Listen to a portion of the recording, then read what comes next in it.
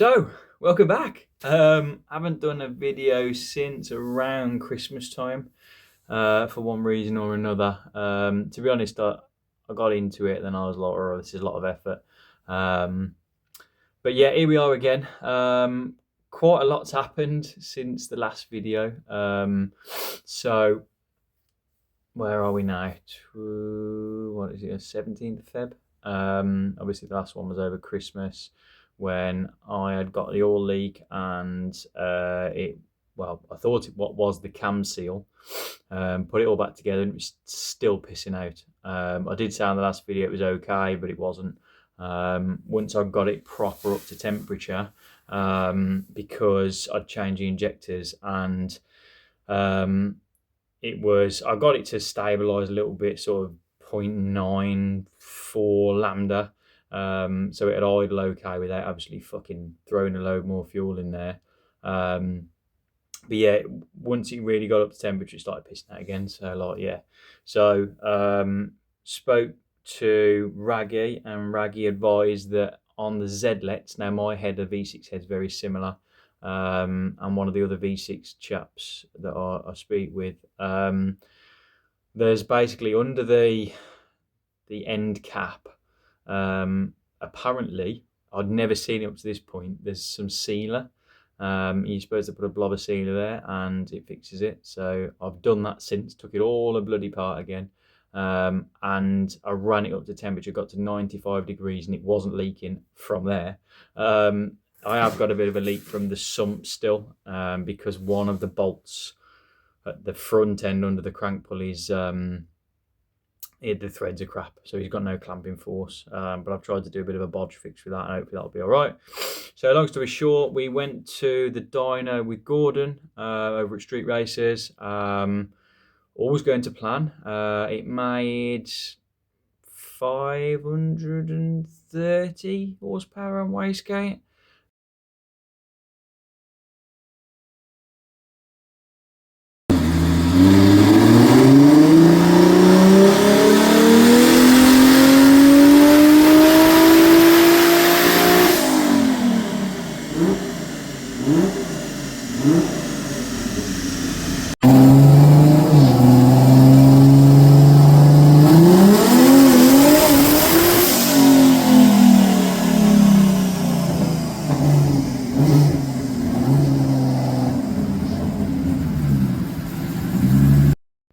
So once we'd started putting a bit of boost in, it seemed to be going okay. I think we got up to 650, just under 650 horsepower, 20 something psi. Again, I'll put the pictures in of the dyno graph, etc., etc. But once we got over 25, that's when we started seeing back pressure issues again.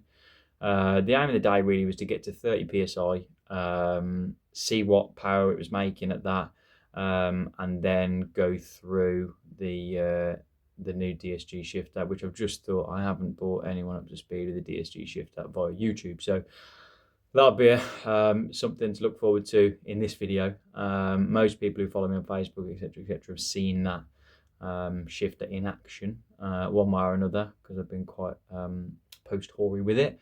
But I'll get to that later on in the video.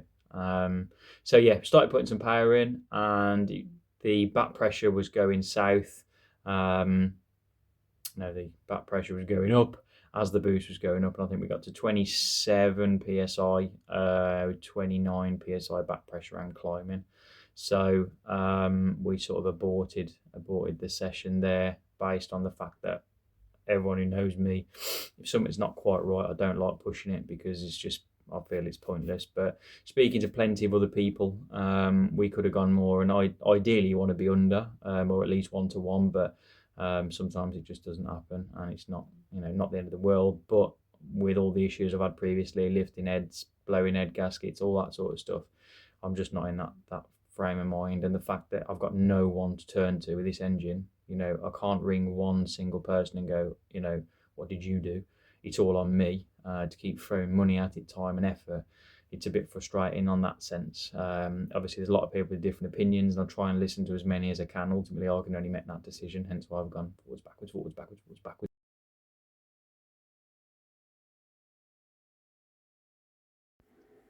So at this point now, it's which way do we go?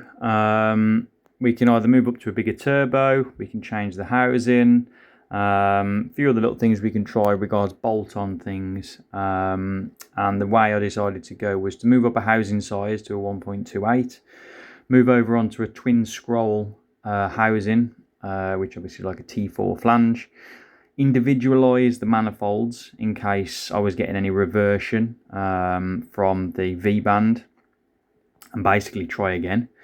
So spoke to Raggy and other people. There's various opinions based on sort of the manifold design, all that sort of stuff. I mean, in general, it was that manifold sound, don't mess with it. But me being me, I have to scratch an itch, and spoke to Raggy, and the car went over to him, and he individualized each manifold. I utilized a twin scroll flange that I got from Kyle at Overkill Performance, and Raggy made me a couple of new up pipes. I had to buy a new wastegate, and yeah, it all finished up looking really, really well. So hoping that just being able to give the 7075 turbo a bit more breathing room with a new housing and the individualized manifolds or divorced manifolds, whichever way you want to call it, we're hoping that we could go straight back on the dyno and see if we got any improvements with regards to the back pressure.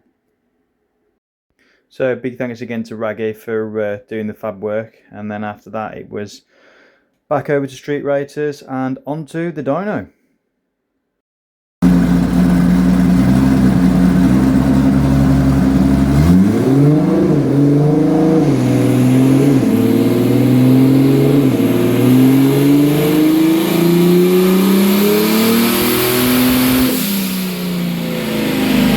So we started to try and add some boost, and unfortunately we weren't seeing a lot. Turns out Numpty here had put the Mac valve takeoff into the water cooling port on the wastegate, so obviously we weren't seeing a lot.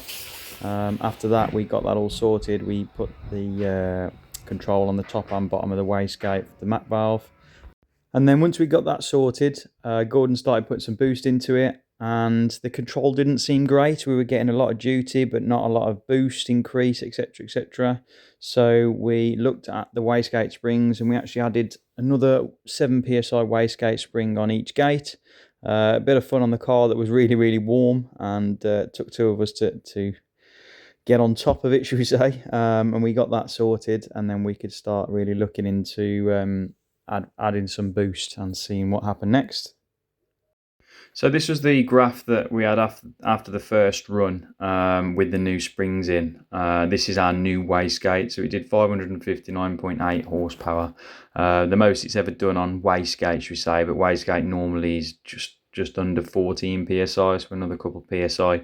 And yeah, everything seemed to start going in the right direction. Yeah, we'll look at giving it some real boost now.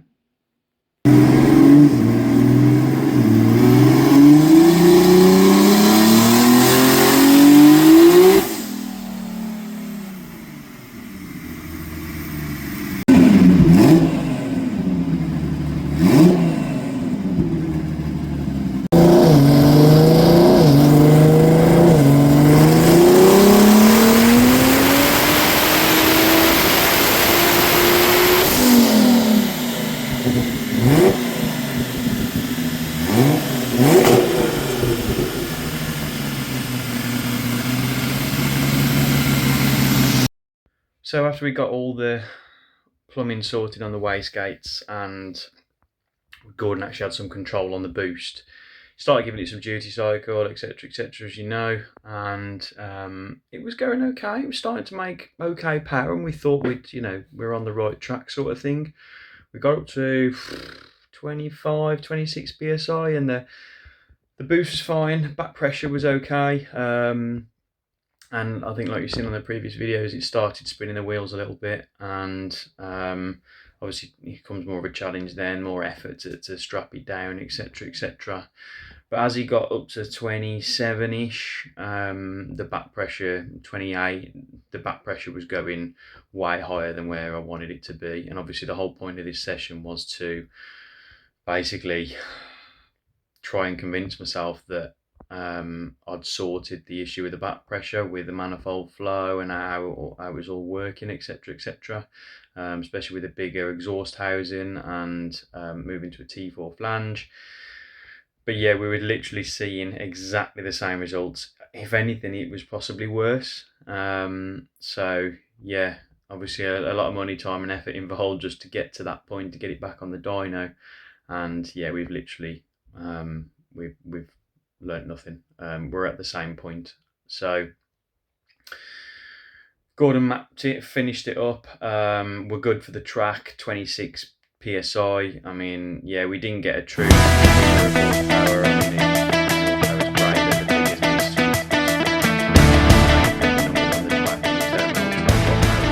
So I'm not too fussed at that point. I just want the car and the data to be right.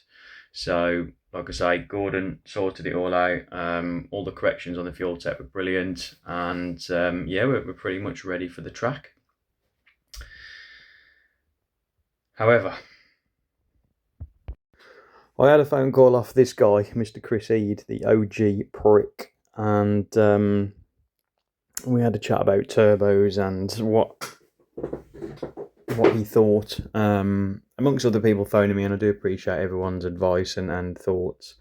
Again, it's me developing and engineering an engine that no one else is doing. I'm literally on my own. Womp again. Get the violin out, and he said he was going to have a chat with Danny up at Enhanced and see what Danny thought, and would get back to me. So he got back to me, and yeah, he'd had a chat with Danny, and they'd worked something out for me. So we were now going to move to an Enhanced G45 1350 turbo, and we were going to look at a 144 housing, so the biggest housing I could possibly get. The biggest, obviously, housing we could get would help with the back pressure. And then basically the turbo is 2mm bigger, so it's a 7282, and the car's pretty much mapped, so it'll take minimal corrections hopefully on this turbo, albeit the back housing is a lot bigger. And yeah, we're good to go. So I fitted it all up, and it went over to Raggy to do the boost pipes, because we've got a 3-inch on the cold side now. And yeah, we're pretty much done, and we'll go to the track and try it again.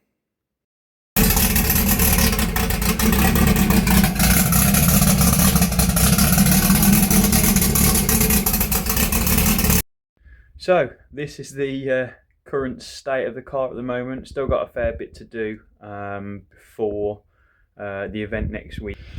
And yeah, Raggy did a great job on the boost pipe on the cold side. As always, we've gone up for a 2.5-inch to a 3-inch on that side. And the other thing that obviously we did when it was on the dyno was we redid all the vac lines, and we've now got it plumbed on the wastegate top and bottom, whereas previously I only had it on the bottom. So the plan, like I say, is next weekend is Fast Show.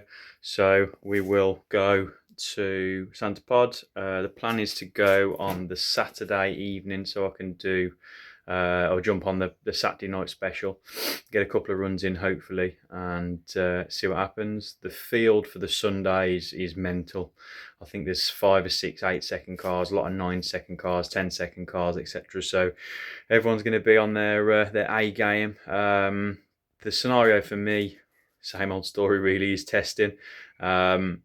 Albeit in a heads-up competition, it's good fun, and see really where I'm at as a driver, where the car's at. Yes, it's a DSG and don't have to do a lot, but you fucking do. So yeah, obviously I've got the new shifter, which I'll put a couple of videos on in a minute, and just have a quick chat about that. And yeah, sort of see where the car's at. Obviously it was mapped by Gordon at Street Racers on the 40 the 40 turbo. Obviously we're on a 45 now, so there's a bit of a difference. Whether the corrections or anything will be way off, we'll have to see. Obviously the fuel tech will do a fantastic job with a closed loop, hopefully, and be able to catch anything back, and we can obviously look at that on the logs and adjust from there.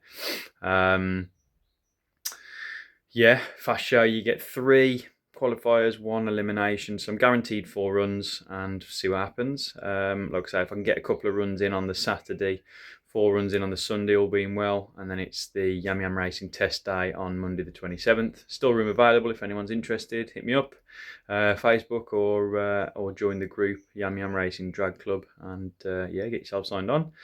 So hopefully by the end of Monday, I could have had a good 6 or 7 runs in the car, and we could be somewhere near.